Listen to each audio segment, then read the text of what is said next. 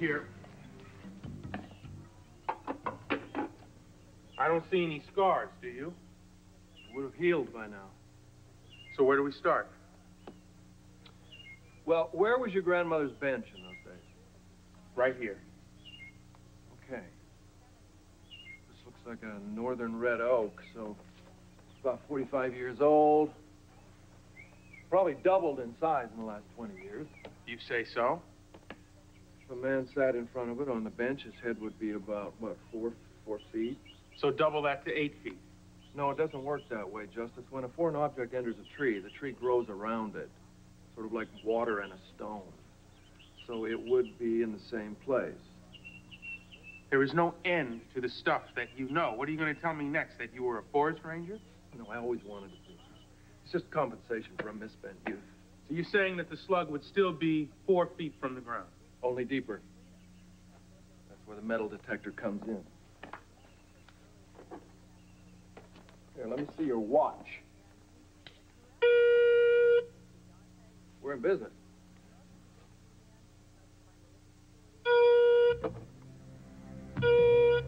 Something's in there.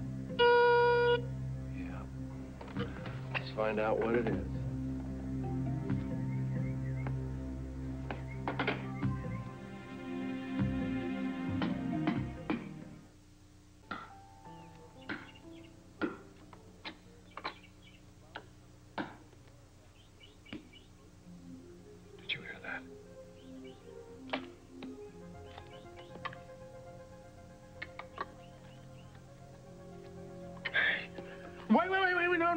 No. Just stop here. Otherwise, we compromise the evidence. We've done all we can do. Now it's time to bring in Donnelly. Yeah, I guess you're right. We can't keep him out of the loop any longer. Welcome to the past, my friend.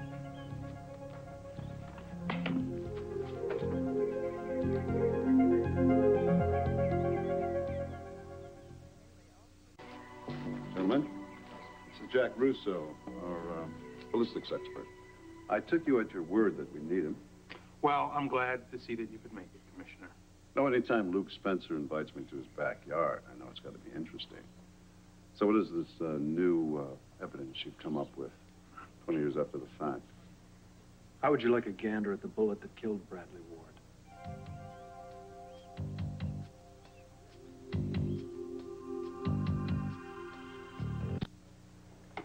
Once we found the bullet, we didn't mess with any more evidence. All right. Okay, Jack. It's all yours. You know what to do. Man, how on earth did you know this was here?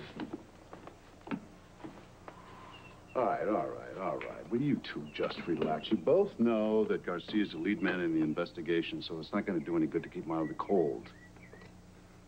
Besides, you have to trust somebody sometime, right? Totally up to you, counselor.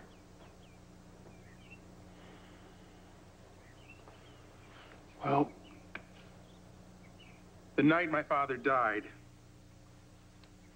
he came here to visit with my grandmother. After spending some time with each other, they each went to their rooms and went to bed. In the early hours of the morning, my grandmother was awakened by a sound. Then she heard a gunshot. She came down here to investigate. She found her son dead on a bench underneath the tree. There was a gun in his hand. There's an entry wound in his head. There was blood on the tree and a gash in the tree. The bullet that killed my father was in that tree. This is the gun he was holding. It's a .38. It should check out registered to Bradley Ward sometime late 1973, early 74. But I'm not convinced that's the gun that killed him. Mary May was awakened by a sound, and then a gunshot. What was the sound that awakened her? Well, if I were a betting man, I'd say it was another gunshot. Another gunshot from another gun. Where has this gun been all these years? She hid it in the attic of this house. What about the body? She is the one that buried my father in the rose garden. Obstruction of justice, accessory after the fact. Interfering with a criminal investigation? Yeah. But why would a woman risk all that to cover up her son's homicide?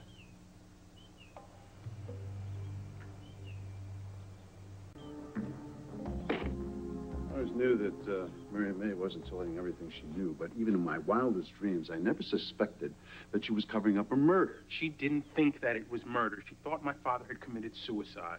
Oh, really? Well, in suicide, there's usually a motive as well.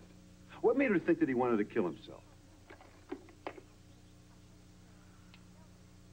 Nothing personal, but Commissioner, could we have a word with you alone? Yeah, sure. See you. No problem.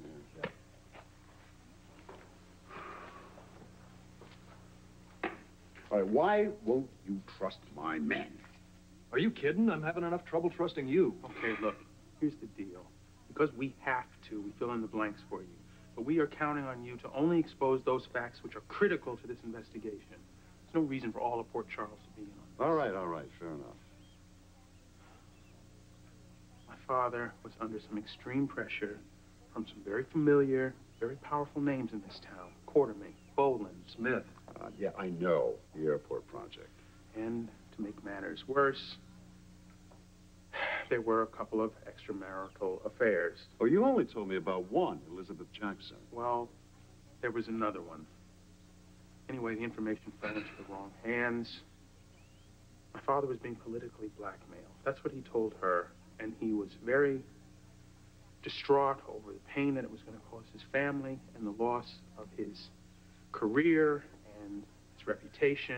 When Mary May found her son's body, she assumed that he had chosen that route out. When she buried the body in the rose garden, she was only trying to keep Bradley's secret. Now, I don't have any trouble with that. I don't blame her for a second. All right. And I probably wouldn't have had a choice a few years ago, but I'm happy to tell you that the statute of limitations on not reporting has expired. Oh, really? As if you didn't know that when you picked up the phone, Justice. On the other hand, Luke, you failed to turn over the gun, which is evidence in an ongoing investigation. What failed? You've got the gun. Yeah, but how long did you hold on to it? Oh, lighten up, Donnelly. I'm a busy man. Commissioner. Yeah. I've got it.